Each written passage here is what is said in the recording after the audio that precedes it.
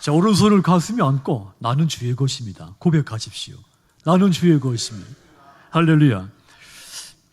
자, 교회력으로 이 성령 강림주일 다음 주일이 삼위일체 주일입니다. 지난주에 성령 강림절이고 오늘이 삼위일체 주일인 겁니다. 자, 이 교회력은 세계 모든 개신교회가 2000년 동안 지켜오고 있는 절기입니다.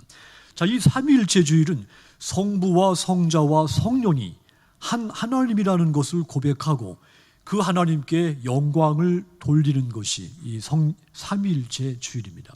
삼위일체란 성부와 성자와 성령은 삼위로 존재하지만 본질은 한 분 하나님이다, 이런 뜻입니다. 삼위일체 하나님에 대해서 증명해 주는 성경 구절들이 신구약에 아주 많습니다. 창세기 1장 26절 보시면 하나님이 이르시되, 따라합시다, 우리의 형상을 따라. 하나님이 자신을 가리키는데 나의 형상 이렇게 말씀하지 않고 우리의 형상을 따라 복수를 사용했습니다. 하나님은 이 구약 성경에 하나님이 자신을 가리킬 때 내가, 나의 이렇게 단수로 쓰지 않고 복수로 쓴 복수 형태가 아주 많지요. 한마디로 하나님은 한 분이 아니라 세 분이며 동시에 한 분이라는 뜻입니다. 신약에도 하나님은 세 분이시며 동시에 한 분으로 존재한다는 말씀이 많습니다. 고린도후서 13장 13절 보시면 주 예수 그리스도의 은혜, 하나님의 사랑, 성령의 교통하심이 너희 무리와 함께 있을지어다. 세 분의 하나님이 한 분으로서 모든 성도들과 함께 계신다는 뜻입니다. 예수님이 요한에게서 세례를 받을 때 하늘에서 아버지의 음성이 들렸고 성령께서 비둘기같이 임재를 하셨죠. 자, 이 상황을 보더라도 삼위 하나님이 각각 구별되게 존재했다는 것을 알 수가 있습니다. 뿐만 아니라 마태복음 28장 19절도 보시면 부활하신 예수님께서 제자들을 파송을 하실 때 아버지와 아들과 성령의 이름으로 세례를 주어라 그랬죠. 명령했습니다. 아버지와 아들, 성령, 삼위가 각각 구별되어 존재한다는 것을 알 수 있게 하는 말씀인 겁니다. 예수님은 자신을 하나님의 아들이라고 말씀했고 또 경배받으실 하나님과 동등하다고 말씀을 했습니다. 뿐만 아니라 장차 임하실 보혜사 성령도 경배받으실 하나님이라고 말씀을 했습니다. 기독교는 2000년 역사 속에서 이 삼위일체 하나님에 대한 신앙 고백, 또 믿음의 고백이 없으면 어느 누구에게도 세례를 행하지 않았습니다. 이 신앙의 기초는 삼위일체 하나님을 이해하는 것부터 시작되어야 한다는 뜻입니다. 자, 이 삼위일체 하나님을 제대로 이해하지 못했을 때 기독교의 정통 신앙을 무속 신앙처럼 변질시킬 수가 있기 때문이죠. 그 예가 이스라엘 백성들의 그 신앙에서 볼 수가 있습니다. 시내산은 이스라엘 백성들에게 매우 중요한 산이죠. 우리 한반도에서는 백두산이 상징이듯이 이스라엘 사람들에게 이 시내산이 중요한 산입니다. 그들은 하나님은 언제든지 이 시내산에 계신다고 믿었습니다. 그래서 시내산은 그들에게 삶이 힘들 때 위로가 되고 또 꿈을 좌절했을 때 희망이 되고 또 힘을 잃었을 때 용기를 주는 어머니와 같은 그런 산으로 존재를 했죠. 즉 이스라엘 백성들 믿음 속에는 하나님은 언제든지 시내의 산에만 존재하신다고, 그곳에만 하나님이 계신다고 믿은 것입니다. 그런데 여러분, 하나님은 시내의 산에만 계신 분이 아닙니다. 하나님은 시내의 산뿐 아니라 제주도의 한라산에도 계시고 우리 가까운 아차산에도 하나님은 존재합니다. 동시에 세계에서 가장 높다고 하는 에베레스트 산에도 하나님이 계시고 세계 모든 곳에 동시에 존재하시는 분입니다. 한마디로 하나님은 무소부재하신 분인 겁니다. 우리는 무소부재하신 하나님을 고백하는 하나님의 백성들이신 겁니다. 하지만 당시 이스라엘 백성들이 이 진리를 깨닫기까지는 시간이 흘러야 됐습니다. 그들이 이집트를 떠나서 애굽을 떠나서 가나안 땅을 향해 이 광야길을 걷게 됩니다. 그들이 광야길을 걷게 되는 것은 이 고난의 과정이었지만 반대로 그들에게 많은 교훈을 얻게 되는 과정이 되기도 했죠. 그 교훈 중에 하나가 하나님은 시내산에만 계시지 않는다고 하는 중요한 교훈이 한 가지가 있습니다. 이스라엘 백성들이 이 진리를 깨닫고 나서 제일 먼저 그들이 한 것이 무엇입니까? 광야에서 성막을 세운 것입니다. 장막을 세운 것입니다. 시내산을 떠난 이후 처음으로 성막을 세우고 그곳에서 하나님을 예배하기 시작을 했죠. 자, 이제는 멀리 떨어져 있는 시내산을 향해서 뒤를 돌아보면서 하나님을 찾지 않아도 된 것입니다. 비록 초라하게 만들어진 성막이지만 이 장막에서 하나님을 만나고 하나님을 예배드리기 시작을 한 겁니다. 자, 그러자 시내산을 덮었던 하나님의 영광의 구름이 이 성막 위에 가득 찼죠.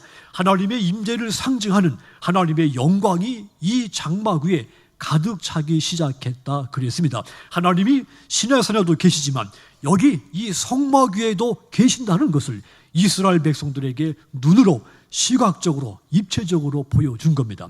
본문 34절 다시 보시면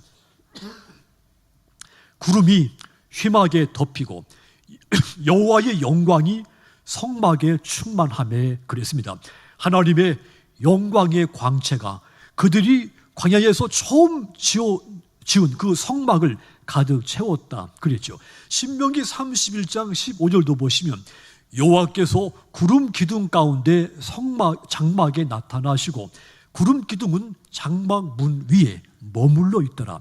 하나님이 장막에 나타나셨다는 말입니다. 자, 하나님의 영광이 성막 위에 가득 찼다고 하는 것, 지금까지 그들이 어디에 있든지 하나님이 그들과 함께 계신다고 하는 하나님의 메시지입니다.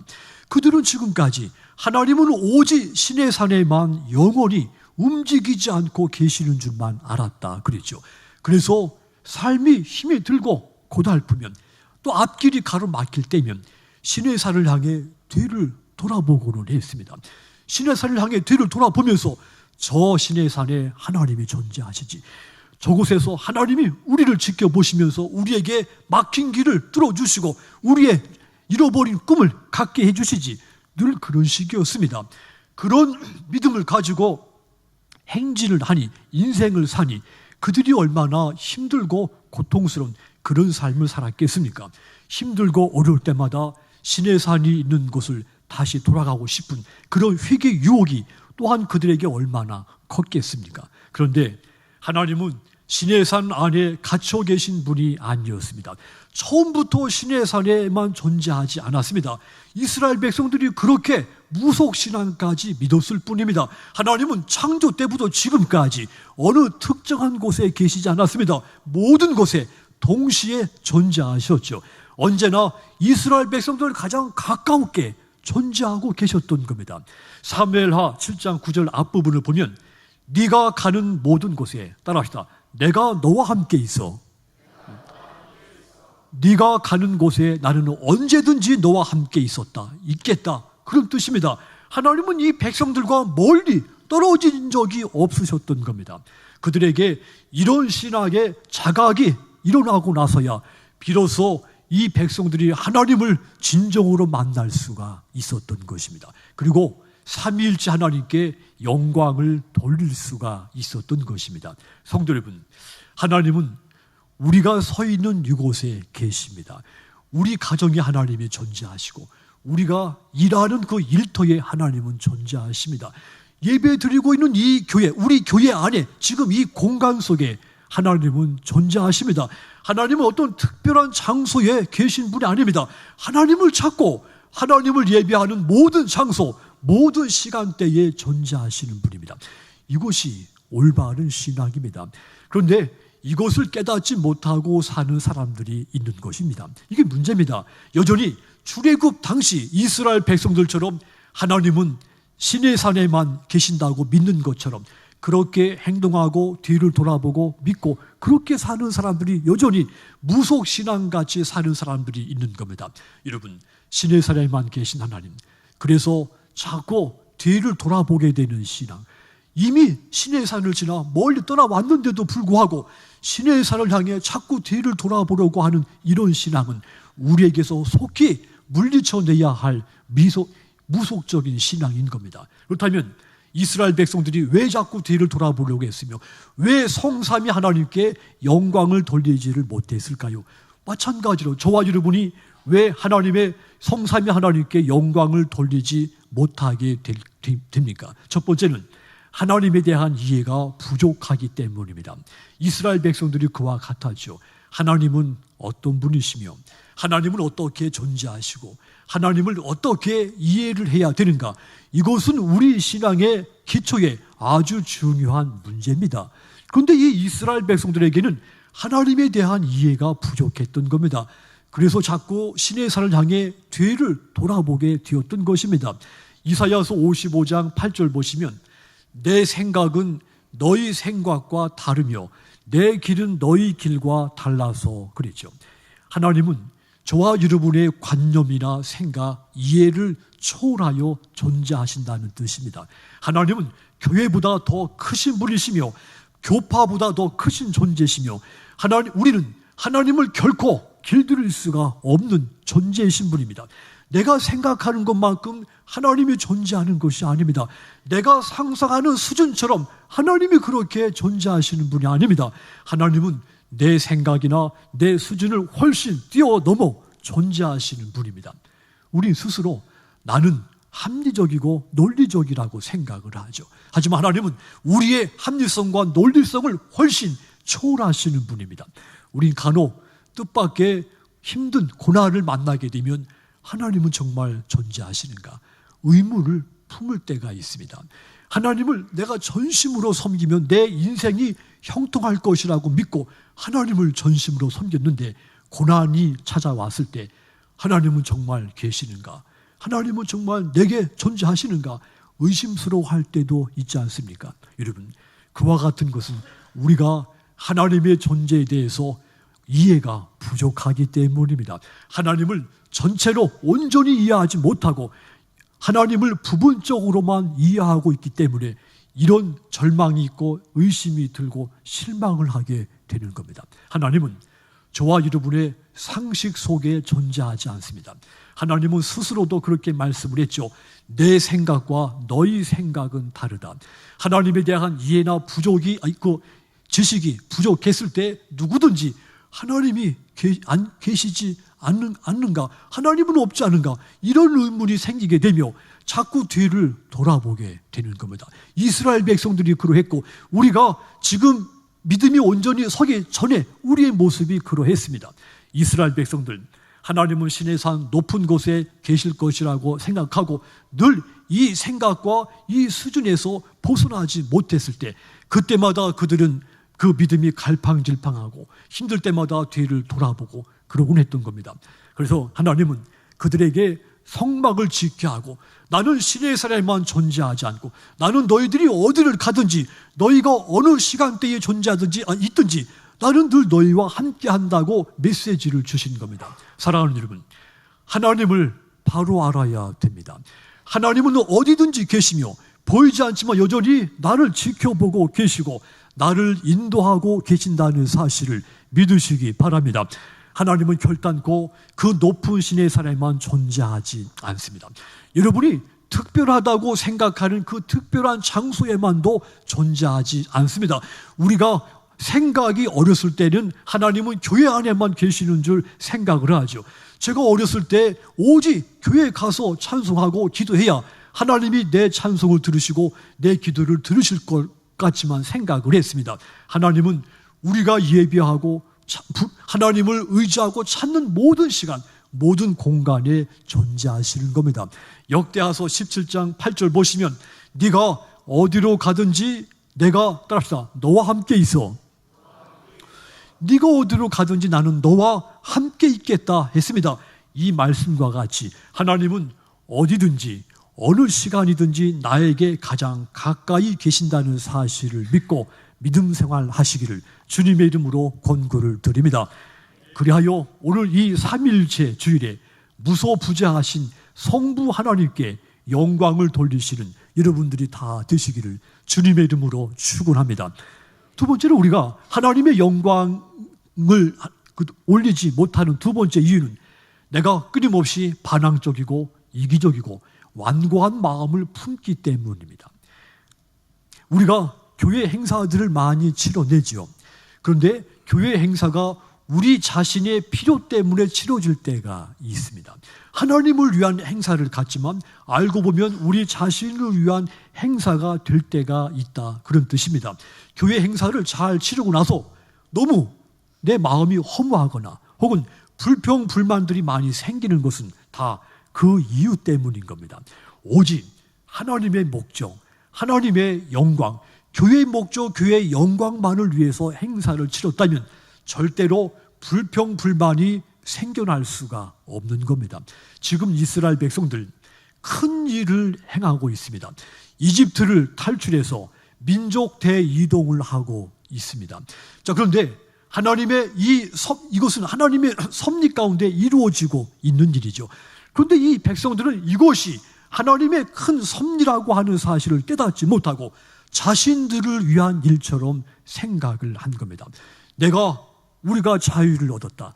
내 가족이 땅을 얻게 될 것이다. 내 가문이 영광을 누리게 될 것이다. 내 가문이 풍요를 마침내 얻게 될 것이다. 이런 생각들이 그들을 지배하고 있었습니다.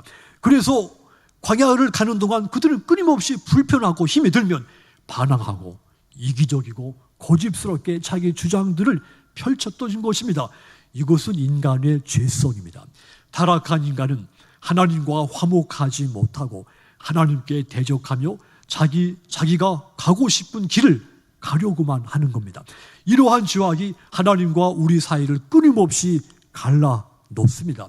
하나님이 이스라엘 백성들을 애굽에서 해방시키고 광야로 이끌어서 가나안 땅에 향해 가게 하신 것, 온 인류의 구속사적인 섭리를 이루시기 위한 일입니다. 하나님을 위한 일이며 온 백성들의 구원을 위한 일입니다. 이스라엘 백성들만은 단순한 그들만을 위한 일이 아니었습니다. 이 백성들을 인류의 죄 가운데서 구원하시기 위해서 하나님이 이끌고 계시는 섭리의 사역이었던 겁니다. 그래서 이스라엘 백성들은 그 사실을 깨닫고 하나님이 인도하는 대로 순종하고 자기 주장을 버리고 하나님의 주장에 따르고 완고한 마음을 버리고 부드럽고 온유한 마음으로 하나님의 길을 따라가야 됐던 겁니다. 그런데 이 백성들은 하나님의 이러한 큰 뜻과 섭리를 깨닫지를 못해서 고달프고 힘들 때 불평하고 원망하고 또 반역을 일으키고, 그래서 그들이 성삼위 하나님께 영광을 돌리지를 못하게 된 겁니다. 그렇다면 여러분, 저와 여러분은 어떠합니까? 하나님께서 저와 여러분을 통해 이루고자 하는 큰 뜻이 있습니다. 그런데 우리는 그 하나님의 뜻을 깨닫지를 못해서 순간순간 내 자신의 욕망의 눈으로 하나님을 바라볼 때가 있습니다. 때로 내 뜻대로 이루어지지 않는 광야 같은 내 인생을 보면서 불평하기도 하고 원망하기도 하죠. 그리하여 하나님을 멀리 떠나서 세상으로 나가기도 하지 않았습니까? 그 때문에 우리가 그분의 영광을 가릴 때가 있지 않았습니까? 그래서 우리에게는 성자 예수님의 십자가가 필요한 겁니다. 주님이 십자가에서 흘리신 피가 우리를 사망에서 생명으로, 이기주의에서 이타주의로, 완고한 사람에서 온유한 사람으로 거듭나게 하셨기 때문입니다. 십자가의 주님은 우리가 하나님과 대적하지 않고 하나님과 화목하고 이웃과 화목하기를 원하십니다. 주님은 우리가 완고한 반항적이고 이기적인 마음을 버리고 자기 십자가를 지고 주님을 따르시기를 원하십니다. 오늘 3일째 주일에 성자 예수님께서 내게 원하시는 대로 내 안에 모든 완고하고 반항적이고 이기적인 마음을 버리고 주님을 따름으로써 그분께 영광을 돌리는 여러분들이 다 되시기를 주님의 이름으로 축원합니다. 또한 세 번째로 우리가 하나님께 영광을 드리지 못하는 세 번째 이유가 있습니다. 내가 가지고 있는 부와 안락함과 평안함 때문입니다. 마태복음 19장 23절 보시면 예수께서 제자들에게 이르시되 내가 진실로 너희에게 이르노니 부자는 천국에 들어가기가 어려우니라. 그렇게 말씀을 했죠. 부자는 천국에 못 간다, 그런 단순한 뜻이 아닙니다. 부자도 다 천국 갑니다. 누구든지 그 가진 부유함 때문에 하나님을 믿지 않기가 쉽다는 뜻입니다. 누가복음 18장 23절도 보시면 그 사람이 큰 부자이므로 이 말씀을 듣고 심히 근심을 하더라 그랬죠. 만일 이 사람이 가난했더라면, 가진 부가 없었더라면 예수님을 따르는데 근심하지 않고 곧바로 따랐을 겁니다. 그 가진 것이 많기 때문에 그 가진 것이 상실될까 봐 예수님을 따르는데 주저했던 겁니다. 근심을 한 거죠. 누구든지 그 부유함 때문에 하나님을 믿지 않기가 쉽다는 말입니다. 건강하고 부유한 사람들, 가난하거나 질병으로 고통당하는 사람들보다 하나님이 덜 필요하다고 여기기가 쉽습니다. 평소에 하나님을 안락하고 부유한 나에게는 그다지 필요한 분이 아니다, 이렇게 여기기가 쉽습니다. 그래서 그들은 하나님이 계시지 않는 것처럼 그렇게 살 때가 있는 겁니다. 사람들이 잘 살기 시작하면서 믿음에서 멀어지는 것은 다 그 이유 때문인 겁니다. 하지만 그것이 얼마나 교만하고 얼마나 악한 생각인가, 시인이 그것을 우리에게 이야기를 하죠. 시편 4절 보시면 악인은 그의 교만한 얼굴로 말하기를 여호와께서 이를 감찰하지 아니하시고 그의 모든 사상에 따라합시다. 하나님이 없다. 이 악인은, 그 너무도 교만하고 악한 사람은 하나님은 나를 감찰하지, 지켜보지도 않고 하나님은 어디에도 존재하지 않는다, 그렇게 주장을 한다는 말입니다. 여러분, 우리의 부유함과 안락함과 건강, 평안함은 모두 하나님이 내게 주신 축복의 선물입니다. 그런데 오히려 그것 때문에 하나님이 계시지 않는 것처럼 느껴진다면 이것은 참으로 불행한 일인 것입니다. 이스라엘 백성들 너무 안락할 때 하나님을 버렸습니다. 너무 평안할 때 하나님을 무시했죠. 하나님 대신 우상을 만들어 숭배를 했습니다. 거짓 선지자들의 말에 현혹돼서 추종하기도 했죠. 너무 평안한 나머지, 너무 안락한 나머지 하나님은 존재하지 않아도 돼, 충분해, 그래 생각한 겁니다. 그런데 하나님은 인간이 믿지 않는다고 해서 안 계시고 믿는다고 해서 계시는 그런 하나님이 아닙니다. 하나님은 인간의 신앙과 상관이 없이 믿든지 말든지 홀로 절대적으로 존재하시는 분이십니다. 칸트라고 하는 철학자가 이런 말을 했죠. 하나님은 인간이 요청한 도덕이다. 하나님이라고 하는 존재는 인간이 도덕적으로 인류 삶에서 기준이 필요하기 때문에 하나님을 만들어낸 것이다, 그렇게 주장을 했습니다. 그래서 하나님이라고 하는 존재는 인간의 필요와 의지에 따라서 어떤 때는 존재하기도 하고 어떤 때는 존재하지 않기도 하는 상대적인 신이다, 그렇게 주장을 했습니다. 그런데 여러분, 하나님은 그렇게 존재하시는 분이 아닙니다. 이전에도 계셨고 천지가 창조되기 되기 전에도 하나님은 존재하셨고 지금도 계시고 이 순간도 계시고 내일도 영원히 미래에도 변함없이 존재하시는 분입니다. 이 사실을 깨닫게 하는 것은 내가 알아서가 아니라 내 안에 성령 하나님이 깨닫게 해 주시는 겁니다.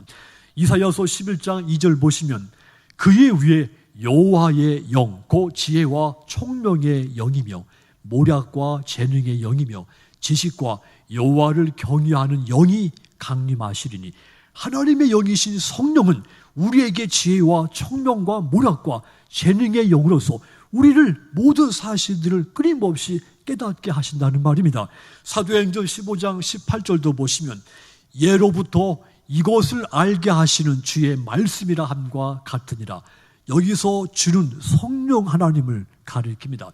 성령 하나님은 우리 마음에 의심이 생겼을 때, 또 우리가 하나님을 잊고 살아갈 때, 또 우리가 이 하나님의 말씀을 깨닫지 못했을 때 찾아오셔서 믿게 하시고 기억나게 하시고 깨닫도록 도우시는 분이십니다. 그러므로 이와 같은 성령님의 도우심을 받으심으로써 여러분이 가난하고 병에 걸리고 또 평안하고 안락해서 오히려 더 하나님을 찾고 예배하는 믿음의 귀한 여러분들이 다 되시기를 주님의 이름으로 권고를 드립니다. 여러분들의 부유와 안락함과 평안함이 하나님을 찾지 않는, 하나님을 외면하는 원인이 아니라 오히려 더 하나님을 찾고 의지하는 요소가 되기를 주님의 이름으로 권고를 드립니다. 그리하여 오늘 3일 제주일에 성령 하나님께 큰 영광을 돌리시는 여러분들이 다 되시기를 주님의 이름으로 축원합니다. 사랑하는 성도 여러분, 삼위일체 주일에 성삼위 하나님을 고백하고 성부, 성자, 성령 하나님께 영광 돌리는 것은 누구든지 하는 것이 아닙니다. 삼위일체 하나님의 영광을 가리는 사람들도 많습니다. 누가 그 하나님께 영광을 돌립니까? 오늘 말씀에서 깨닫게 된 것 같이 하나님은 어디에나 계신 무소부재하신 하나님이신 것을 아는 사람, 이타심과 순종과 온유한 태도로 하나님과 이웃을 섬기는 사람, 부유함과 안락함과 평안함 때문에 오히려 더 하나님을 찾고 의지하게 되는 사람, 그런 분들을 통해 하나님은 영광을 받으시는 것입니다. 여러분들 속에 있는 이 귀중한 믿음을 마지막까지 결코 흔들리거나 빼앗기지 말고 간직하셔서 여러분들을 통해 날마다 매 순간순간 하나님께 큰 영광이 되시기를 주님의 이름으로 축원합니다. 기도하겠습니다.